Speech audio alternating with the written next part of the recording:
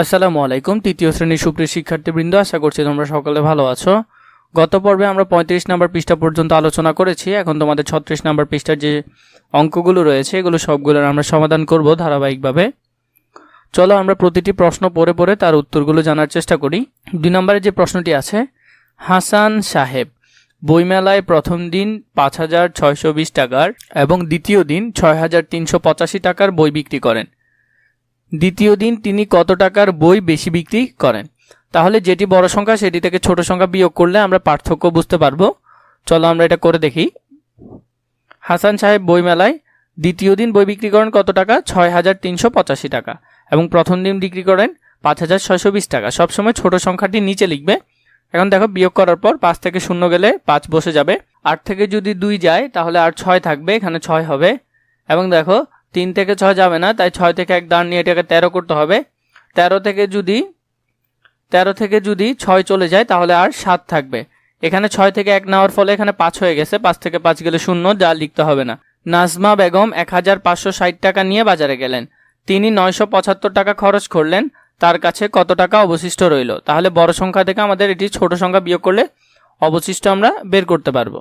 বাজারে নিয়ে গেলেন 1,560 টাকা এবং খরচ করলেন 975 টাকা। 0 থেকে যদি 5 চলে যায় তাহলে 0 থেকে 5 এখানে যাবে না। 6 থেকে 1 ধার নিয়ে এটি 10 করতে হবে। 10 থেকে 5 চলে গেলে 5। এখান থেকে 1 ধার নেওয়ার ফলে এখানে এখন 6 থেকে 1 চলে গেছে, 5 হবে।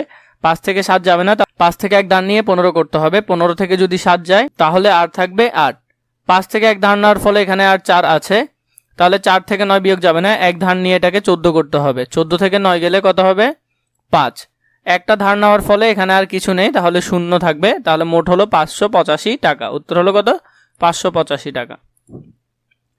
4 নম্বর প্রশ্নটি দেখি। রহিম সাহেবের মাসিক আয় 18,550 টাকা এবং মাসিক ব্যয় 17,974 টাকা। তার মাসিক জমা কত?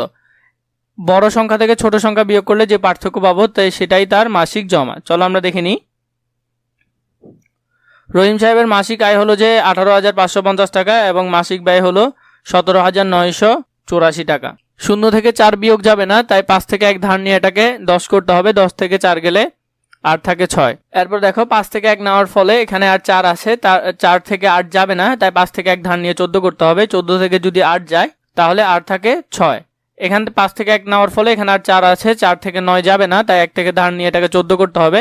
14 থেকে যদি 9 যায় আর থাকে 5। এখন দেখো 8 থেকে 1 ধার নেওয়ার ফলে এখানে কত আছে? আর 7 আছে। 7 থেকে 7 গেলে 0 এবং 1 থেকে 1 গেলে 0, তাহলে হবে 566 টাকা। মাসিক জমা কত টাকা? 566 টাকা। 5 নম্বর প্রশ্নটি খেয়াল করো। লিমার 3,470 টাকা আছে এবং রাহুলের 2,645 টাকা আছে। লিমার কত টাকা বেশি আছে? এখন আমরা বেশিটা বের করব। তাহলে আমরা 3,000 থেকে 2,000 এত টাকা বিয়োগ করলে তাহলে আমরা যেটি পাবো সেটি, লিমার কাছে আছে 3,470 টাকা, রাহুলের কাছে আছে 2,645 টাকা। এখানে দেখো 0 থেকে 5 যাবে না, তাই 7 থেকে 1 ধার নিয়ে 10 করতে হবে। 10 থেকে 5 গেলে 5। 7 থেকে 1 ধার নেওয়ার ফলে এখানে আর 6 আছে। 6 থেকে 4 গেলে আর থাকবে 2। এখন এখানে দেখো 4 থেকে 6 যাবে না, 3 থেকে 1 ধার নিয়ে এটাকে 14 করতে হবে। 14 থেকে যদি 6 চলে যায় তাহলে আর থাকবে 8। 3 থেকে 1 ধার নেওয়ার ফলে 2 থেকে 2 গেলে 0, তাহলে আর থাকবে 825 টাকা। তাহলে লিমার বেশি আছে কত? 825 টাকা। চলো আমরা 6 নম্বর প্রশ্নটি একটু পড়ে দেখি। বিজয় বাবু 35,465 টাকা দিয়ে একটি মোটরসাইকেল এবং 45,722 টাকা দিয়ে একটি টিভি কিনলেন। তিনি কত টাকা বেশি দিয়ে টিভি কিনলেন? তাহলে বেশিটা আমরা 45,000 হলো বড় সংখ্যা, এটি আমরা কি করব? এটি থেকে বিয়োগ করে দিব। টিভি কিনলেন 45,722 টাকা এবং সাইকেল কিনলেন 35,465 টাকা। 2 থেকে 5 যাবে না, তাই কি করতে হবে? এখান থেকে 1 ধার নিয়ে এটাকে 12 করতে হবে। 12 থেকে 5 গেলে আর থাকে 7। 2 থেকে 1 ধার নেওয়ার ফলে এখানে আর 1 আছে। 1 থেকে 6 যাবে না, তাই 7 থেকে 1 ধার নিয়ে 11 করতে হবে। 11 থেকে যদি 6 চলে যায় তাহলে আর থাকে 5। এখন এখানে দেখো 7 থেকে 1 নেওয়ার ফলে এখানে আর কত আছে? 6 আছে। 6 থেকে যদি 4 চলে যায় তাহলে আর 2 থাকবে। এখানে 5 আছে। 5 থেকে 5 গেলে 0, 4 আছে। 4 থেকে 3 যদি চলে যায় তাহলে আর 1, তাহলে 10,257 টাকা। উত্তর হবে কত? 10,257 টাকা। টিভির দাম বেশি। 7 নম্বর প্রশ্নটি আমরা খেয়াল করি। একটি ট্রেনে 2,165 জন যাত্রী আছে। একটি স্টেশনে 796 জন যাত্রী নেমে গেলেন। এখন ট্রেনে কতজন যাত্রী আছে? তাহলে ট্রেনের মোট যাত্রী থেকে নেমে যাওয়া যাত্রী যদি আমরা বিয়োগ করে দিই, যা থাকবে সেটি হলো এখন ট্রেনের বর্তমান যাত্রীর সংখ্যা। ট্রেনের যাত্রী আছেন 2165, যাত্রী নেমে গেলেন 796। 5 থেকে 6 যাবে না, তাই 6 থেকে 1 দাঁড় নিয়ে 15 করতে হবে। 15 থেকে যদি 6 চলে যায় তাহলে আর থাকে 9 জন। এরপর দেখো 6 থেকে 1 ধার নেওয়ার ফলে এখানে আর 5 আছে। 5 থেকে 9 বিয়োগ যাবে না, তাই 1 ধার নিয়ে 15 করতে হবে। 15 থেকে যদি 9 চলে যায় তাহলে আর থাকে 6। এখান থেকে 1 ধার নেওয়ার ফলে এখানে আর 0 আছে। 0 থেকে 7 বিয়োগ যাবে না, তাই কি করতে হবে, 2 থেকে 1 ধার নিয়ে 10 করতে হবে। 10 থেকে যদি 7 চলে যায় তাহলে আর থাকে 3। 2 থেকে 1 নিয়ে ফেলার ফলে এখানে আর 1 আছে। 1 থেকে 1-এর 1 এখানে বসে যাবে। তাহলে আর কতজন, 1369 জন যাত্রী আছে। 8 নাম্বারটি খেয়াল করো, আবিদের মায়ের কাছে 20,500 টাকা ছিল। আবিদ 3,685 টাকা নিয়ে বাজার করতে গেলেন। এখন আবিদের মায়ের কাছে আর কত টাকা রইল? তাহলে আমাদের আবিদের মায়ের মোট টাকা থেকে বাজারে নিয়ে যাওয়ার টাকা বিয়োগ করলে মোট টাকা পাবো। আবিদের মায়ের কাছে ছিল 20,500 টাকা। আবিদ বাজারে নিয়ে গেল 3,685 টাকা। 0 থেকে 5 যাবে না, তাই 0 থেকে 5 যাবে না, তাই 1 ধার নিয়ে 10 করতে হবে। 10 থেকে যদি 5 যায় তাহলে আর থাকে 5। 0 থেকে 8 বিয়োগ যাবে না, তাই 5 থেকে 1 ধার নিয়ে 10 করতে হবে। এখন দেখো গতবার আমরা এখান থেকে 1 ধার নিয়েছি, তাই 10 থেকে 1 চলে গেলে 9 থাকবে। 9 থেকে যদি 8 চলে যায় তাহলে আর থাকবে 1। এরপর দেখো 5 থেকে 1 ধার নেওয়ার ফলে এখানে আর 4 আছে। 4 থেকে 6 যাবে না, তাহলে এখান থেকে 1 ধার নিয়ে কি করতে হবে, 14 করতে হবে। 14 থেকে যদি 6 চলে যায় তাহলে আর 8 থাকবে। এখন দেখো 0 থেকে 3 বিয়োগ যাবে না, তাই এখান থেকে ধার নিয়ে 10 করতে হবে। 10 থেকে আমরা যে গতবার এখান থেকে ধার নিয়েছি 1, তাহলে সেটি এখান থেকে কি করতে হবে, বিয়োগ করতে হবে। তাহলে আর আছে 9। 9 থেকে যদি 7 চলে যায় তাহলে আর 6 থাকে।